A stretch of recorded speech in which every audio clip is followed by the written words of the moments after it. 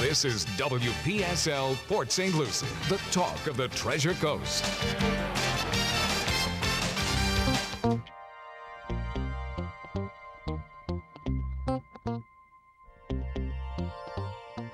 The views expressed on the following program are not necessarily those of WPSL. However, we do encourage you to like and share them on social media, even though it's not your everyday, typical, run-of-the-mill conservative talk show that you might be so accustomed to tuning into 1590. There's nothing wrong with a different point of view every once in a while around here. But that's why we have the African American Scene, presented by Howard Insurance and hosted by Rudy Howard. Good evening, good evening, good evening. Always glad to be with you here on a Wednesday night. All manner of stuff is going on right now. I have to tell you, they gave me that little false tooth. Did they? Yeah. And I put it in, and it felt so weird. I just took it back out. So now it's sitting in a little tray until they do the drilling for my implant. That's amazing what they do nowadays with those implants. Yeah. Well, listen, what they did, I have never seen before. They have a machine, and the machine rotates around your face, and it takes an image of your mouth and all your teeth and where they're located at, and they use that image to go make your tooth. So instead of like biting into that gummy stuff that you've done in the past, no more of that. It's just this machine that goes around, and you can see it. They have a picture of it on the screen. Wow. Yeah, it's pretty amazing. So let's talk about the governor survived. Newsom survived in California, and just before we came on the air, one of the questions somebody has asked me, and Cliff and I were talking about, does Larry Elder mean that the Republicans are not prejudiced? My answer to that is no, it doesn't mean that. Do I think all Republicans are prejudiced? Absolutely not. I know some absolutely terrific guys that are Republican, even though we disagree on a lot of things. What I will tell you is black folks have learned how to play you. And they will go along with your thinking so that they can get paid. There's been a bunch of them around. They get paid. I would say if you want to call in, the number is 340-1590. That's 340-1590. Now, Larry Elder is a talk show host, and he has a pretty healthy following. This certainly is going to help him have more of a following. But in many cases where black folks do things like this that may seem contrary to their own self-interest, they do it to get paid, and you pay them. So listen, while I may not ever be someone you could do that to me, because I just wouldn't sell my soul for the money. I would like the money, but not under those circumstances.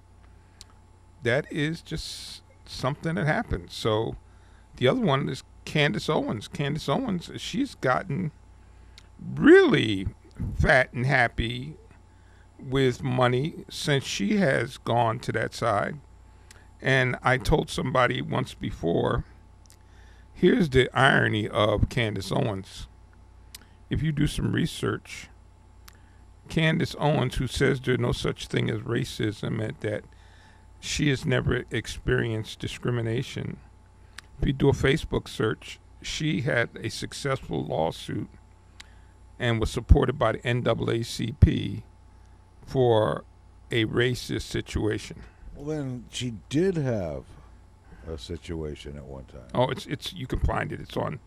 It's right on the internet. You find it, and I think they even give you the award. I think she got like $37,000 or something like that.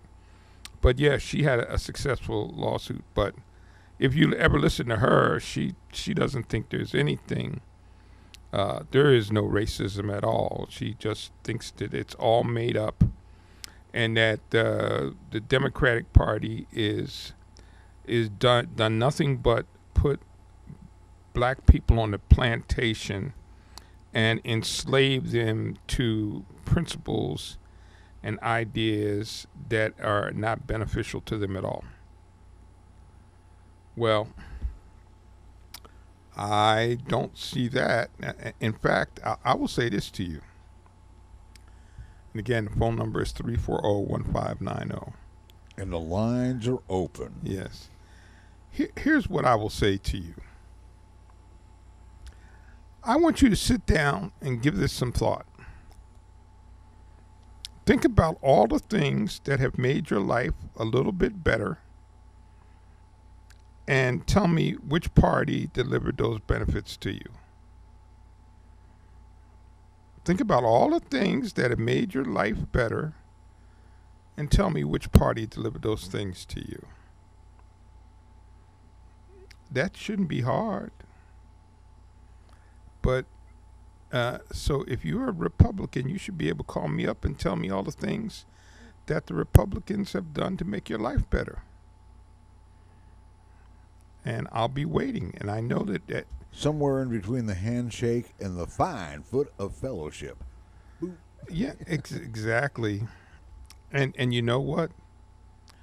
They're going to have a difficult time because the Republican mantra is do it yourself, stand on your own 2 feet, blah, blah, blah, blah, which is happy horse crap because, you know, people experience difficulties in their lives. Everybody is just not fortunate. Some people have bad experiences, and with those bad experiences, they may need some assistance.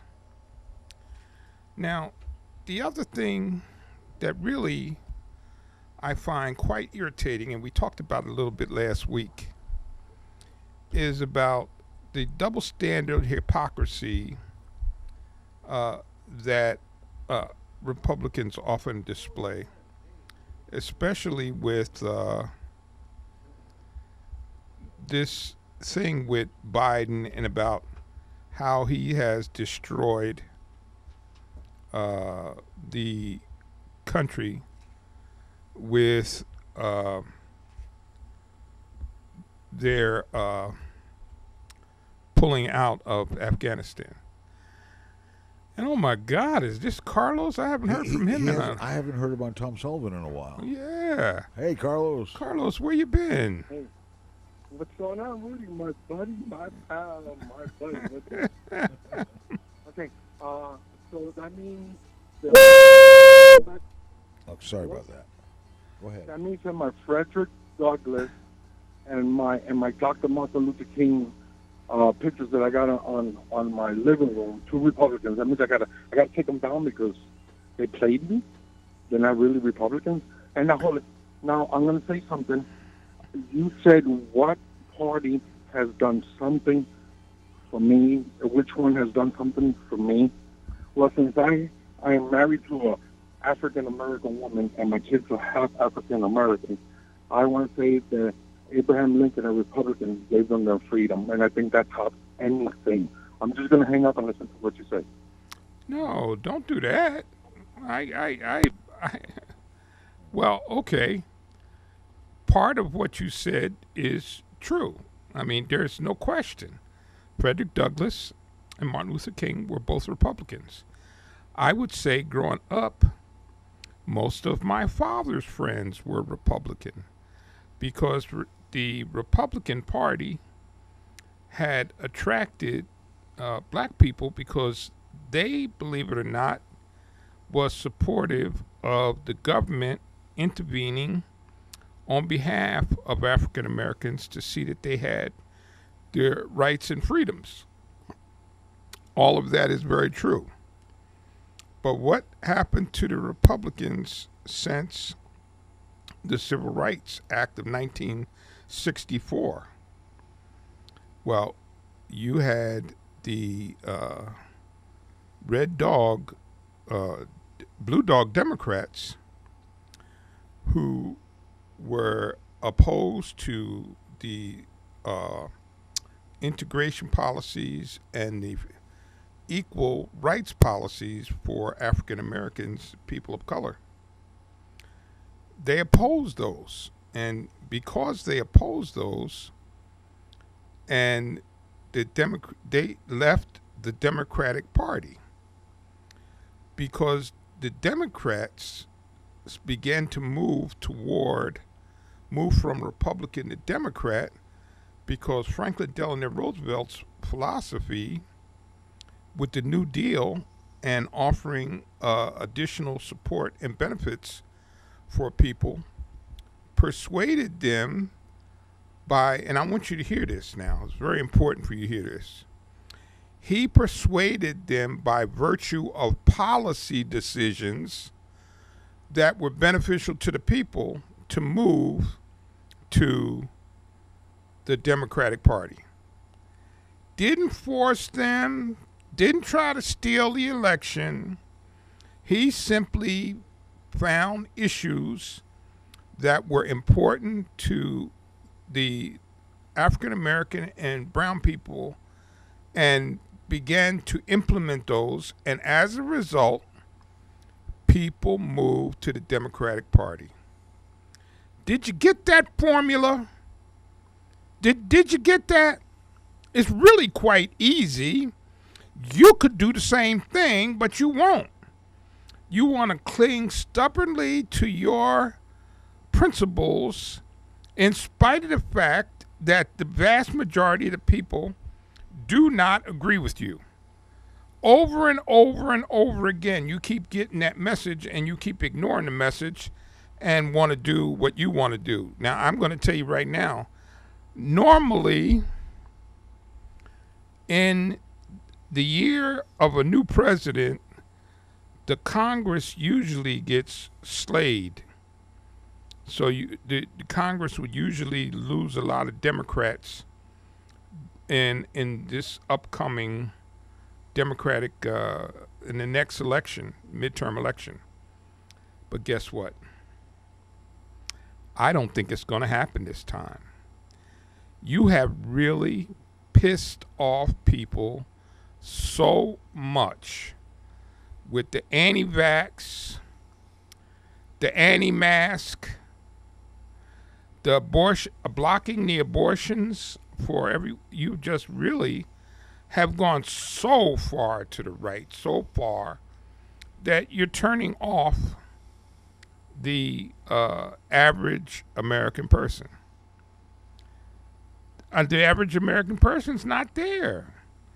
You might be there, but the average American's not there, and you keep losing them all the time because you don't come up with policies that entice them to be a member of your party.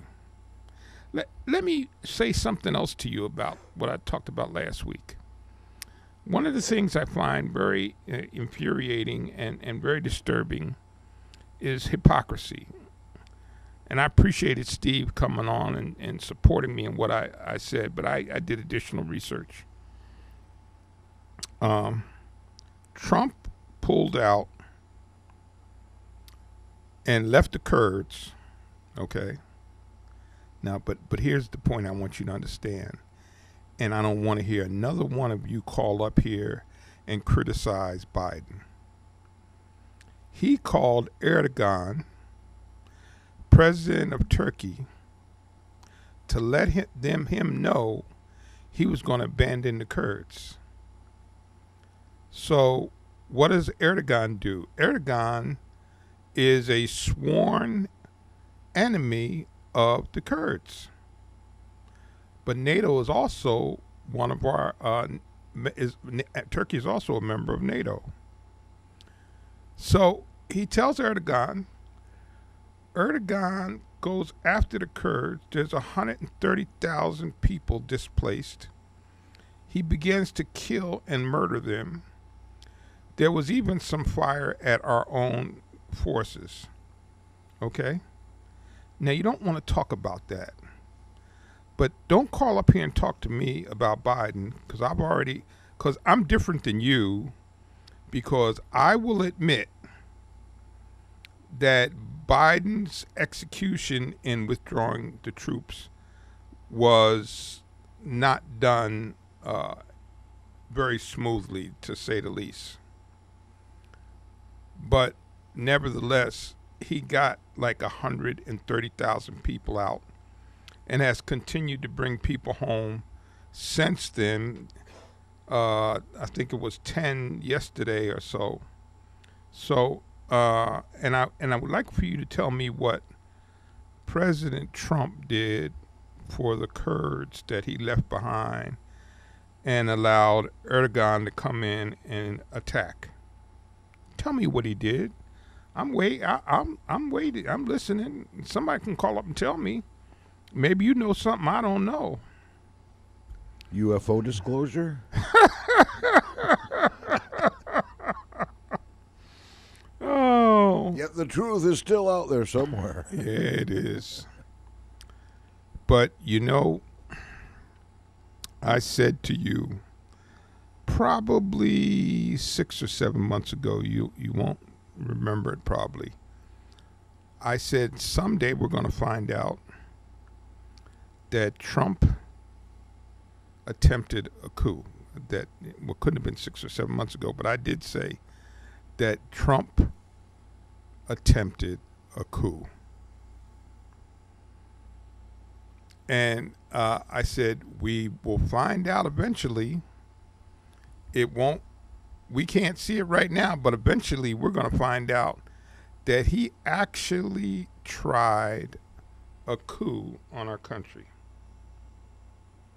And I think what you're finding out now in this book that's coming out from, can't think of his name, famous author, Woodward, Bob Woodward and Bob Costas, and the book that was done by Mike Smith and Carol Lennick describes General Milley actually holding meetings with the other members of the Joint Chiefs because he was concerned that Trump was acting irrational and may try a coup. See, now you have it firsthand. And that's Carol Lennick and Philip Rucker. That he may have tried a coup. And General Milley was so concerned about it, he held secret meetings with the other members of the Joint Chiefs of Staff. And he got some phone calls of former members of the Joint Chiefs that told him there's something that he is brewing and he better be on alert for what's going on. So why were they so upset? Because if you recall, he fired, now this is after the election, he fired Mike Espy, I think it's Espy, who was Defense Secretary. And then he fired the other guy whose name escapes me. And then William Barr resigns. So everybody's looking around and they're watching what's happening. He's moving these people out of strategic spots and putting new people in the course of the transition from him to Biden. Then he won't allow Biden's team to have access to information they needed to make the transition. All of this is causing all kinds of concerns. Millie is saying, nope, not going to happen on my watch. And he went so far, and this may be controversial, he went so far as to call China and advised them that there was going to be no attempt at sending a nuclear weapon at them, and that if there was, he would let them know. Is that too far? I don't know. Marco Rubio says he should be fired for that. But is that too far? Something to think about, though. Just think about how concerned that he was that he would take that action. And we got Sean. Sean, how are you, sir? I'm all right, Rudy. How you doing? Okay. You are so all over the place today. I don't even know what to comment on. Okay. Well, I am. Number one, you ask any Republican to call up and ask what Republicans have done to better their life. I would say that if anybody calls up, Democrat or Republican, Libertarian, independent, whatever you want to be, and thank the government for bettering your life rather than what you've done to better your life, they're fools. All right? If you go back to, and I know you talked about Frederick Douglass and Lincoln, and they had backroom negotiations going on that didn't concern the masses. Personal responsibility, and people hide behind that on the Republican conservative side more than the liberal side. And by hide behind that, I mean they use it as an excuse. Personal responsibility. Okay. Rather than taking care of the masses. Because there's always a equilibrium to everything, all right? But I would say, I don't know how old you are, Rudy, but I'm going to say that you're a successful man because of hard work. I would say at 18 years old, you were in a different position than you are now. And I would almost guarantee you that you cannot thank 100% any policy from any government official, Republican, Democrat, liberal, conservative, or independent, for your hard work. It came from inside of you, all right? So that's the one thing I would caution people against. You know, I've lived a long life. I'm 61 years old, and I can pretty much say, after not borrowing a dime from my parents or any of my relatives or anybody other than to finance my house in the traditional way, that I worked for everything I have. And there's nothing wrong with that, all right? As long as our Constitution provides the opportunity for people to work hard and get ahead, then we're good, all right? On that subject alone, I think we're probably in agreement more than you think, all right? As far as the transformation of parties, I would say that let's stop naming names, because Lyndon Johnson was president during most of the civil rights laws that were passed, and he's well known to be a racist. All right, so let's not use politics again, but it was public pressure that caused most of the civil rights laws to be passed. And anybody is a fool that doesn't agree with it, all right? Same thing with equal rights among women, any of the amendments that needed to be put in the Constitution because of the short-sightedness of our forefathers. Did a pretty good job not knowing what the world was going to be like in 200 years. But let's stop. Let's really stop and say, hey, you know what? It's us that do it. It's you. You got a gentleman sitting next to you that I've been listening to forever, all right, swap shop and everything else, that works his butt off, all right, and can't thank a single politician for anything that he's gotten because he worked his butt off.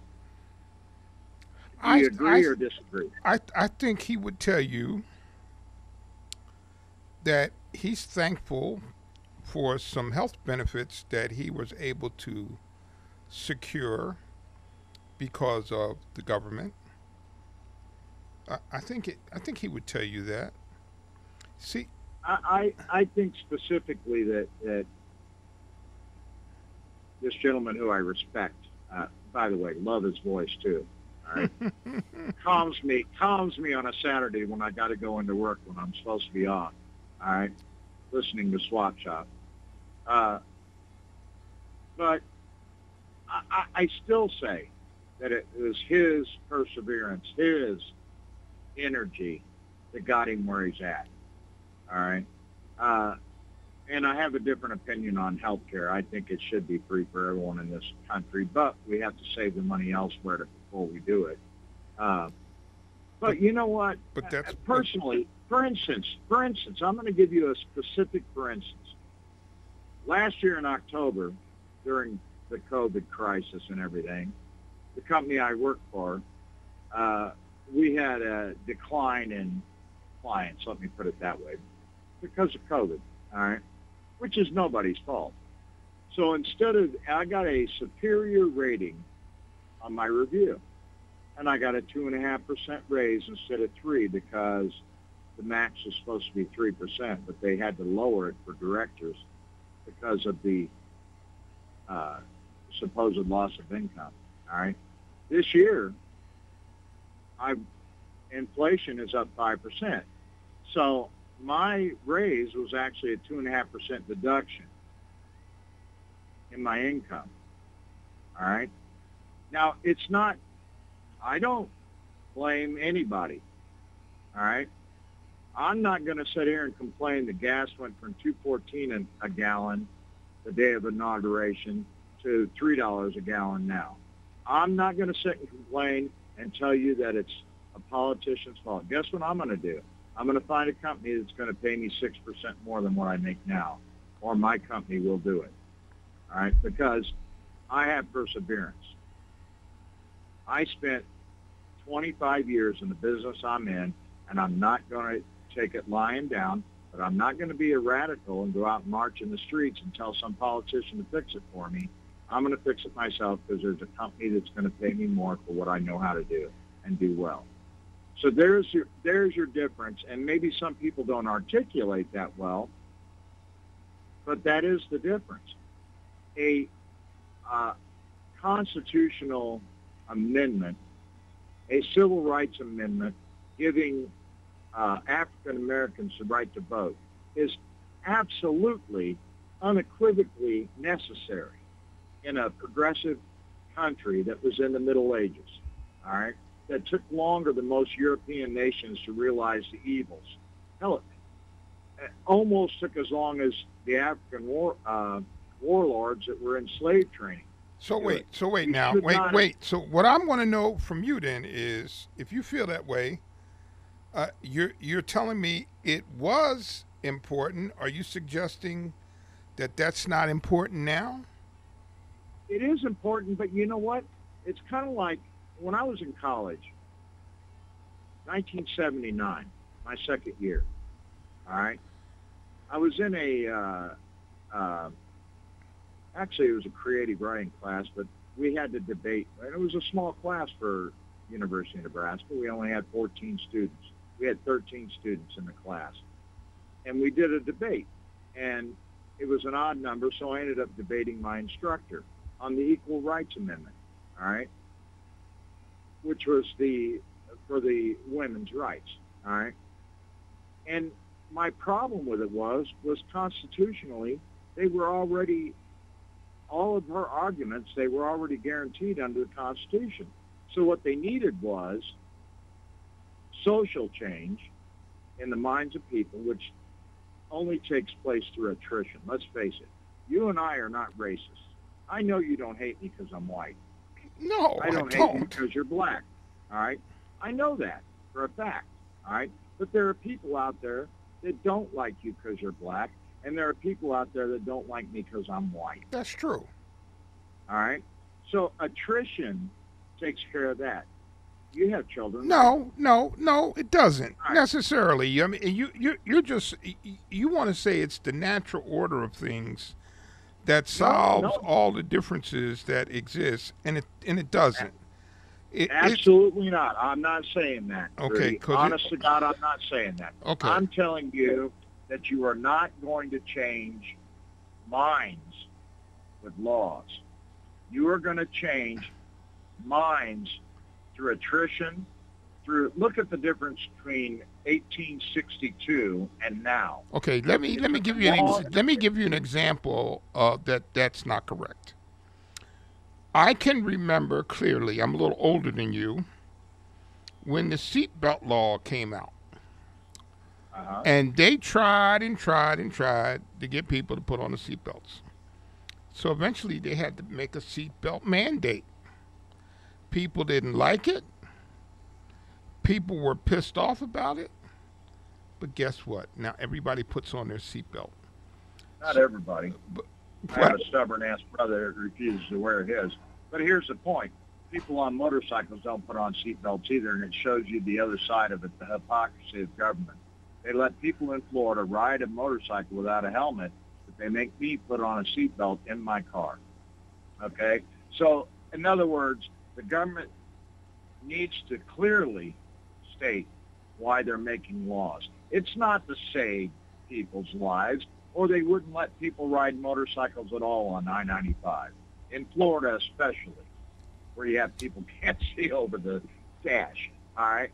And I had a motorcycle when I first moved to Florida in 1982, and I sold it because I got run off the road twice in the first month I had it, all right, by somebody that shouldn't have their license, I guess. But here's my point. It goes back to politicians trying to determine, and you're right, certain laws have to be passed. Women should have had the right to vote in our Constitution when the forefathers wrote the Constitution. All right? That was corrected. So you're saying all of this. You're saying all of this to say. You're saying all of this to say what? What are you trying to say? I'm telling you that you are not going to change minds. The better thing for your pulpit is to preach to people, and by preach I don't mean religiously, I just mean to expound that you need to change people. I know I told you the story before when I worked with a guy that used the N-word the very first day I met him. I told him I wasn't comfortable with that word and I'd appreciate it if he didn't use it. You know what he was doing the first day? He was testing me. I worked with him for almost 2 years and he never used it again in front of me. That's the way changes are made. When people are brave enough, one-on-one, to say to people what they believe. I agree with that. I agree with go out and march in the streets and throw eggs and do all kinds of things that take away from the real problem. But right? but sometimes you have to. You don't march just to march. You march because you're trying to create some discomfort. You're trying to bring an issue to the forefront of people's minds so that they begin to think about it. Now, I would tell you, here's what I'm going to tell you. I want to ask you a question. If you want to look back, you look back last summer when there's all this controversy about the Black Lives Matter movement, and, people don't like it and this and that and the other. If you watch that movement over the summer, those marches got wider and wider. And the reason why they did is because there were people that began to think, you know what? There is an issue. There's a problem that needs to be dealt with here. And I have said probably more times than Cliff ever wants to hear, there's a group of people in the middle. Generally, they don't speak out much, but they don't like injustice. And they are the ones that oftentimes make the difference. And what you saw as those marches began to develop was a different set of people that recognized that there was a problem that needed to be dealt with. But I can't let you. I saw a lot of other things that I did not see one person. I shouldn't say that. I don't want to misrepresent. But I saw very few people come out and say, this is the right cause, this is the wrong method. When they were burning down Targets, when they were burning down African-American businesses in neighborhoods, when all that was going on. Because you know what? I'm just old enough to remember. I was a young man, all right? I'm 61 years old. My family we talked politics around the table since I was a little kid, all right? I didn't talk, I listened, all right? I remember when Kennedy was shot only because of how much my mother was upset, all right? And I was very young, but I remember that traumatic experience, and it lasted a long time in our household, all right? So I remember I lived during the 60s as a young man and the 70s as a young man, and I knew what went on at So your point, you got to get to the point now. You got to get to the point. My point is that those days we had a singular man that led a movement that got more done. When you watch the march in Selma, they weren't burning businesses. Why didn't somebody step up during the BLM movement and say, this is the way to do it? Don't destroy your own neighborhoods. Do it, we need a good, strong central leader for that movement that is not into hypocrisy either, because truthfully, I was a huge LeBron James fan, and I just can't believe that he's going to stand up for BLM when he still takes money when they're paying slave wages in China to make his shoes. It really upsets me. All right. So I want that. You're going to have to wrap. You're going to have to wrap this. You're going to have to wrap this up, Sean. Go ahead. I watch the I Have a Dream speech every single year. I feel goosebumps every time I watch it. All right. I want that leader to step up. I want that person to be at the center, not looking for what he's going to make off, but truly lead people, not just black people or white people, but all people to a central point. There's a lot of people out there my age that still believe in the I Have a Dream speech. We still believe it, and we're looking for the source that's going to carry that on. So well, thank you. Thank you for your call, sir. All right. Appreciate you. Yes. Thank you. Well, there's a lot to digest there, but I would venture to say that most people still find the "I Have a Dream" speech to be very inspirational. That's for sure. The point, though, that he started with that we never finished was about the difference of what has your party done for you that you can identify. And what he gave me was what is typically said by conservatives, which is you will be successful on your own if you work hard and play by the rules. Okay? Isn't that what we're told all the time, right, Cliff? Oh, I remember being told that many times over the centuries. I've been That doesn't happen. Doesn't happen. No, the best bet is usually somebody will inherit a huge amount of money, and then they become entrepreneurs. They're out there. But even the kids that go to college, they still have a hard time. Now, right now, with all the hiring going on, there's jobs everywhere. It's not so bad. What we have here at IRSC, that's amazing. They have a program where they don't just pump out kids with diplomas, but they pump them out into jobs directly. True. Which is an awesome thing. They got the police program. They got the nuclear plant program. Mm-hmm. Yeah. They got the yacht building company, yacht repair company director out there by the South Bridge now, and that whole area over there is going to be furtherly developed. They're going to finish creating downtown Fort Pierce. It's going to be like an expansion. There's more to come over there. There's going to be nightclubs with entertainment and music, and of course, other businesses that would be fine. Hotels, motels. I have said for the longest time, having lived up and down the entire East Coast, really, I've lived in Massachusetts, New York, New Jersey, Philadelphia, Maryland, North Carolina, and now Florida. So I've been up and down the East Coast, and the Fort Pierce waterfront has potential beyond anything I've seen in a lot of places. If you remember, I'm sure you remember the development in Boston where they developed it.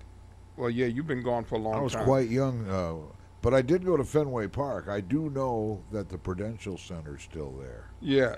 Visible from Fenway Park. They used to have a nice nightclub in that Prudential building. That's a long time ago. But anyway, the Fort Pierce waterfront has got a terrific opportunity to become a premier city on this East Coast. I saw what they did with Baltimore, and Baltimore had much less to work with than Fort Pierce, and Baltimore turned in that waterfront into world-class facility. And I don't know if you've ever been there, but they've got the aquarium there, and it's always buzzing with people, and it's really quite nice. So I think that there's a opportunity for Fort Pierce to develop. Now, we're going to have to see what happens with Port St. Lucie, because we got a new mayor. We're going to have a new mayor on the 21st, I believe. And we've seen this Crosstown Parkway go in, but can you imagine? I think if I go back in time a little bit, viewing on a TV station a couple of Port St. Lucie City Council meetings, they were aiming towards eventually putting the Crosstown all the way across the Indian River, so that Port St. Lucie can have a beach out there. So. We're eager to watch this as it all develops right before our eyes in the next few years. Well, I will tell you, I was the chairman of the St. Lucie County Expressway Authority. Okay. Which was trying to build the expressway across Indian River to the island. And the funding that I had $25 million in money that was dedicated for the construction of that expressway. I gave that, Ken Pruitt took that money from me and gave it to Port St. Lucie for the Crosstown Parkway. Not many people know that, but I was the president at the time, so it was my $25 million in my budget that seeded the Crosstown Parkway. Well, how about that? So I'll bet you didn't know. That's from our I'll bet you didn't know department. I bet you they didn't know that. And if you went back and looked, there's probably there was, I used to have meetings in the Port St. Lucie chambers, and they used to be televised. So there's probably a record of some of those meetings. The biggest thing I will tell you though is, and this is what they're going to run up against, Cliff. The people on the island don't want it. Oh. They don't want it. Because in essence, what they have is private beaches. Yeah, you can't get to them. Right. I mean, you got to go all the way to Fort Pierce to A1A, then all the way to where you want to go. Or you got to go south to Jensen Beach. That's exactly right. And then go north. That's exactly right. And what I tried to tell them when I would have hearings, and there was always a group of about 7 or 8 people that came to monitor the hearings because they were really opposed to that happening. What I tried to tell them is the reason why you want to do that is you could shorten the amount of time that it would take for you to get medical health by more than half. So if somebody was having a heart attack or a stroke and they needed to get to the hospital, Yeah. Well, you could do that quickly, as opposed to now, if somebody is having a heart attack and in one of those condos that's right over the center, they could have an ambulance right next door. They still have to wait to get to the hospital. that's right. That long trip to the hospital. It's a long trip. It's a long trip to the hospital. But I don't know. Over time, maybe some of the attitudes have modified regarding the construction of that bridge. Now, I got to tell you, I know most of you out there that are listening to me are of the conservative ilk. I really, really, really beg you to look up this article, and you can find it on CNN Politics, and it was done on July 14th. And it is a article that details what Carol Lennick and Philip Rucker discovered. They interviewed over 140 people. So this is just not some pull it out of the air. I know you're very distrusting of the media, but I want you to look at this because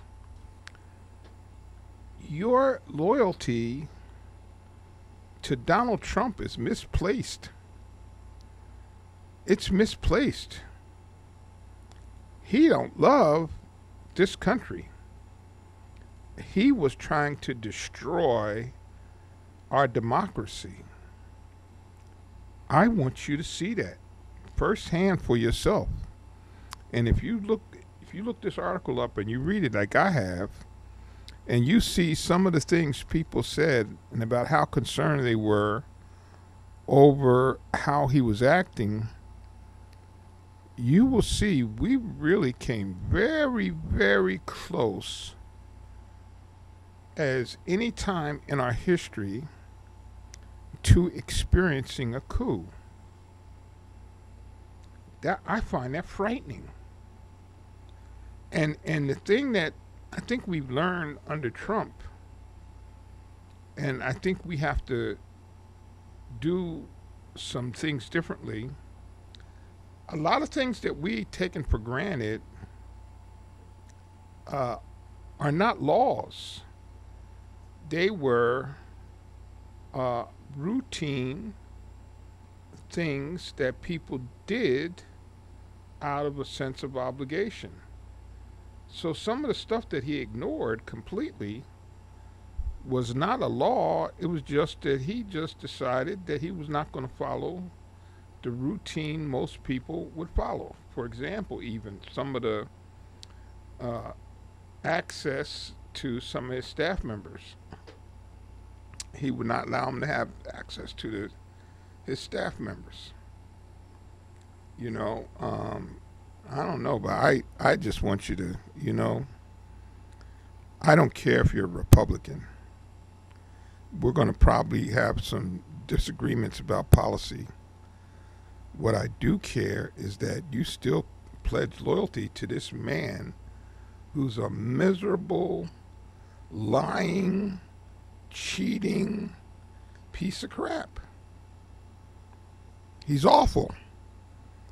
And if you read this information, you will see just how bad that he really is because of the extent to which people were taking measures for fear that he was unbalanced and would do things that would cause the country harm. And so to me, I don't know how you support the guy. I really don't. But in any event, we still, like I said, I did my voting the other day. I hope you voted for the special election for District 3 and the mayor. And of course, T.C. Palm endorsed Shannon Martin and Bonner. Well, you know they're going to endorse the Republican. T.C. Palm is like they're pretty conservative. Yeah. So, but so I have just gone over this stuff with you, and again, I want you to look it up. You can get it on CNN Politics. And it was written by Jamie Gangle, Jeremy Herb, and Marshall Cohen. So get that article. Hey, listen, I have to tell you, diverge for a little bit on my football. My Eagles, Jalen Hurts, who was the subject of much concern and reservations about him being the starting quarterback for the Philadelphia Eagles, I think he put that to rest. He performed outstanding on Sunday. It's too early to get my hopes up too high, but I certainly do feel pretty good. And if my uncle's listening tonight, I can tell you he feels pretty good too, because we're both diehard Eagles fans. And it actually surprises me how many Eagle fans there are in Florida. There's a lot of Eagle fans in Florida. Even though Florida has two teams, well, they have three football teams. So, but there's still Eagle fans here in Florida, and I happen to be one of them. So, make sure you vote, and you can vote for. You have to vote for mayor. And you have to vote for District 3 representative.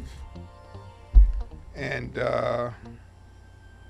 we should know by this time next week who the new mayor is. Oh, Because the vote is on the 21st, and I'll be back here on the 22nd. All righty. The African American Scene with Rudy Howard. I'd like to thank you so much for tuning in. God bless and be safe, and I'll see you next Wednesday right here for the African American Scene. Archives of this show are on YouTube. Go to WPSLTV.com or go to YouTube and look for WPSL TV on YouTube. The African American Scene with Rudy Howard is got its own playlist in there. You can binge watch it. Hey, and remember, this is WPSL Port St. Lucie, the talk of the Treasure Coast, where the time is 7 o'clock right now.